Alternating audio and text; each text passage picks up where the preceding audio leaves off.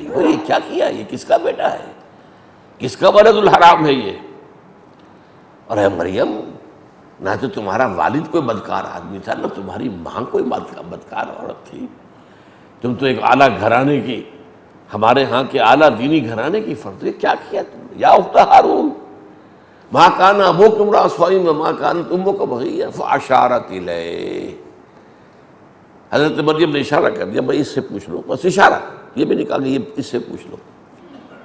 قالوا کیف نکلم من کان فی المہد صبیا، کیسے بات کریں اس سے جو بچہ ہے گود کے اندر؟ اس سے ہم بات کریں؟ یہ بتائے گا ہمیں. قال انی عبد اللہ آتانی الکتاب وجعلنی نبیا. اب وہ گود والا بچہ بول رہا ہے، میں تو اللہ کا بندہ ہوں اور مجھے اللہ نے جو ہے ایک نشانی بنایا ہے، مبارک بنایا ہے. تو یہ ساری بات جو آئی ہے وہاں پر، میں حیران ہوں کہ انجیل میں اس معجزے کا ذکر نہیں ہے. سارے معجزے بیان کیے گئے جو قرآن میں بھی انجیل میں بھی، یہ معجزہ میرے نزدیک جو سب سے زیادہ فیصلہ کن تھا. اب ظاہر بات ہے کہ اب منہ بند ہو گئے لوگوں کے، اتنا بڑا معجزہ دیکھ کر اب کیا اعتراض کرتے. تو گویا کہ حضرت مریم کو اس اعتبار سے ایک پروٹیکشن اللہ نے دے. پھر آگے چلیے تو معجزات جو انہیں دیے گئے ہیں ان کا تو میں کئی دفعہ آپ سے کہہ چکا ہوں، کوئی شمار ہی نہیں. ایک مادرزاد اندھے کو بینائی دے دینا، ایک کوہڑی کے جسم پر ہاتھ پھیرنا وہ صحیح ہو جائے. پھر اس سے بڑھ کر یہ کہ اتنے بڑے بڑے معجزے، مردہ کو زندہ کر دینا، قم باذن اللہ، اور مردہ کھڑا ہو گئے، زندہ ہو گئے. اور حیات پیدا کر دینا، ایک پرندہ بنایا گارے سا اور منہ میں پھونک ماری اور وہ اڑتا ہوا پرندہ بن گیا. تو یہ اصل میں بہت ہی اہم جو ہے شخصیت ہے حضرت مسیح کی. اسی میں پھر رفع مسیح ہے، اسی میں نزول مسیح ہے. یہ دو چیزیں بھی، یہ میں نے ساری داستان کیوں بتائے کہ حضرت مسیح کی تو پوری زندگی خرق عادت ہے، عام قوانین سے ہٹ کر ہے. معجزہ کسی کو ایک ایک دو دو ملے ہیں، کچھ تو سینکڑوں معجزے ملے ہیں، اتنے معجزے ملے ہیں جن کا شمار نہیں. اس حوالے سے یہ چیزیں جو ہے، ایک بات تو یہ ذہن میں رکھیے، ایک شخصیت ہے خاص جس کے آس پاس کی بھی کوئی دوسری شخصیت قرآن میں اس نوعیت سے، ایک ہے رتبے میں اونچا ہونا، رتبہ حضور کا بہت بلند ہے، حضرت عیسیٰ سے بہت اونچے رتبے کے حامل ہے. ایک ہے کسی خاص پہلو سے کسی کے اندر کوئی خاص بات ہونا. اب حضرت موسیٰ نے کلام کیا اللہ سے کوہ طور سے، حضور نے تو نہیں کیا. حضور کے کلام کیا ہے، آپ کو معلوم، ساتویں آسمان پر جا کر کلام کیا، وہاں مکالمہ ہوا شب معراج میں، لیکن زمین پر رہتے ہوئے کلام نہیں ہوا. خود قرآن مجید نے بار بار ذکر کیا اس کا. اسی طریقے سے حضرت عیسیٰ کو جو معجزے دیے گئے ویسے معجزے حضور کو تو نہیں دیے گئے. حضرت موسیٰ کی قوم کو جو کچھ نعمتیں دی گئی تھی، میں نے کئی دفعہ گنایا، حضور کی قوم کو تو نہیں دی گئی. بہرحال اب دوسری بات یہ سمجھیے کہ یہ اصل میں پس منظر اس کا کیا تھا حضرت مسیح کی بعثت کا. یہود پر جب بڑا عذاب اللہ کا آیا تھا، حضرت سلیمان علیہ السلام کے وقت تک تو ان کا ذرا عروج کا دور تھا، 100 برس بڑا عروج. یہ ان کی خلافت راشدہ تھی، جیسے کہ ابوبکر، عمر، عثمان، 3 کی خلافت ہے اصل میں. چوتھی خلافت ایسی جو نزاعی ہے، کیونکہ اس میں پورے عالم اسلام پر حضرت علی کی حکومت قائم نہیں ہو سکی. پورے عالم اسلام پر عمر، ابوبکر، عمر، عثمان رضی اللہ تعالیٰ عنہ. اسی طرح وہ بھی 3 تھے، طالوت، داؤد، سلیمان علیہ السلام. اسی طریقے سے وہاں حضرت سلیمان کے بعد ان کے 2 بیٹوں میں مملکت تقسیم ہو گئی. ایک اسرائیل، وہ شمالی تھی، سامریا اس کا دارالخلافت تھا. ایک جنوبی جو یہودا کہلاتی تھی، جیوڈا، یہ ہے جنوبی، جس میں کہ یروشلم اس کا دارالخلافت تھا. یہ 2 مملکتیں بن گئی. یہ کچھ دیر چلی، پھر زوال آیا، اخلاق میں، عادات میں، کردار میں، عقائد میں، سب کچھ ہوا. جب زوال آتا ہے تو اس زوال کے بعد پھر اللہ کا حساب آیا. پہلے 700 قبل مسیح میں، 721 قبل مسیح میں اشوری، سارگون بادشاہ تھا اشوریا کا. یہی شام، سیریا جو آج کل کہلاتا ہے، آج یہ پچھلے زمانے میں اشوریا کہلاتا تھا. اشوری، اس نے حملہ کیا، اسرائیل کو ختم کیا، مملکت ختم، بالکل برباد ہو گئی. اور تقریباً 200 سال بعد 587 قبل مسیح میں 150 سال کہہ دیجیے بس، پھر نیبوکڈنیزر آیا، عراق کا بادشاہ، بیبیلونیا کا، کنگ آف بیبیلونیا، بخت نصر اردو میں کہتے ہیں، انگریزی میں نیبوکڈنیزر۔ یہ گویا کہ عراق کے وہ بادشاہ جو نمرود کہلاتے ہیں، نماردہ۔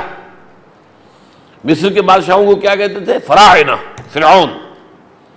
اور جو عراق کے بادشاہ ہوتے تھے نمرود، جن سے مکالمہ حضرت ابراہیم کا ہوا تھا۔ حضرت ابراہیم اسی نمرود کی مملکت میں پیدا ہوئے تھے، کیلڈین امپائر یہ کہلاتی تھی، وہی وہ شہر ار تھا جہاں حضرت ابراہیم کی ولادت ہوئی۔ بہرحال وہ جب عذاب آیا ان پر بہت سخت، تو اس وقت کے جو انبیاء اس دور میں آئے، وہاں تو مسلسل انبیاء آ رہے تھے، جیسا کہ میں نے آپ کو کئی دفعہ حدیث سنائی ہے، کلما ہلک نبی خلفہ نبی۔ بنی اسرائیل میں تو 1400 برس تک نبوت کا تار ٹوٹا ہی نہیں، جیسے ایک نبی فوت ہوا دوسرا نبی اس کی جگہ پر جانشین ہے۔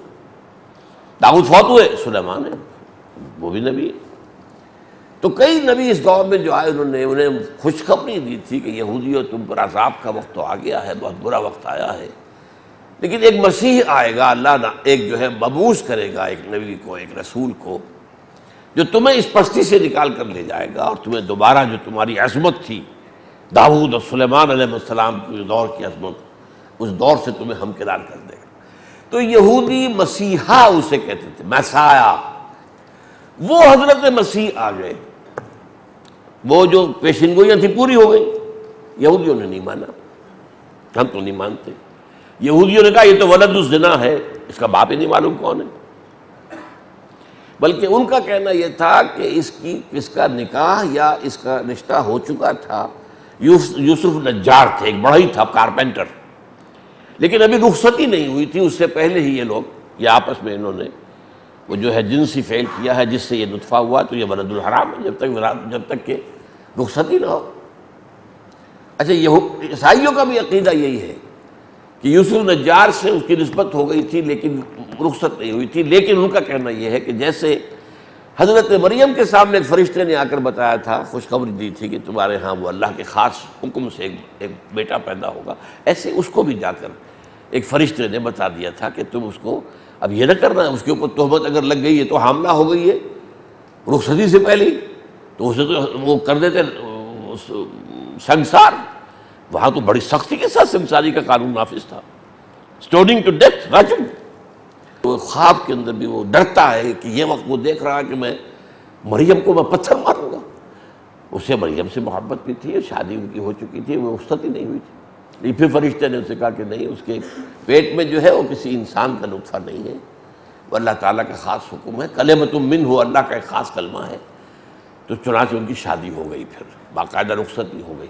تو یہ ہے، یہ تفصیل جو ہے یہ میں نے آپ کو بتا دی، لیکن جو ہے معاملہ یہودیوں نے ولد الزنا کہا، انہوں نے بہرحال نہیں مانا، ان کا ٹھیک ہے، یہ تو دونوں کو یہ خبر مل چکی تھی اس لیے، لیکن یہ سوال باقی رہ جاتا ہے کہ یہ دونوں کو تو خبر مل گئی تھی، لیکن باقی یہودیوں کو کیسے خبر ملتی؟ قرآن جو بتا رہا ہے اس نے سب کے سامنے معاملہ کھول دیا کہ وہ بچہ جو گود میں وہ خود کہہ رہا، قال انی عبد اللہ آتانی الکتاب وجعلنی نبیا وجعلنی مبارکا اینما کنت واوصانی بالصلاۃ والزکاۃ ما دمت حیا وبرا بوالدتی ولم یجعلنی جبارا شقیا والسلام علی یوم ولدت ویوم اموت ویوم ابعث حیا ذالک عیسی ابن مریم۔ یہ ہے عیسی ابن مریم۔ تو قرآن نے تو اس طریقے سے بات کر دی نا کہ اب ظاہر بات ہے کسی کے لیے کوئی حضرت مریم پر کوئی تہمت لگانی ممکن ہے، جب زبانیں گنگ ہو گئی ہوں گی، کہ تو ہے ہی معاملہ کو علیحدہ۔ بہرحال یہ جو میں نے کہا نا کہ وہ منتظر بیٹھے ہوئے تھے مسیح کے، جب مسیح آیا تو انہوں نے جو ہے وہ ماننے سے انکار کر دیا۔ اس کی ایک تمثیل ہے، یہ تورات میں ایک مثال دی گئی ہے کہ ایک دولہا کے انتظار میں اس کی دلہنیں یا جو بھی ہوں گی وہ منتظر تھیں، لیکن جب دولہا کے آنے کا وقت آیا ہو گئی۔ یعنی اسی طریقے سے حضرت مسیح علیہ السلام کا انتظار کر رہے تھے، لیکن جب حضرت عیسیٰ علیہ السلام آئے تو انکار کر دیا، ولد الزنا قرار دیا، اور بہرحال انہوں نے اپنے بس پڑتے تو سولی پر چڑھا دیا۔ باقی جو ہوا وہ میں پچھلی مرتبہ بیان کر چکا ہوں۔ ایسا ہی مجھ سے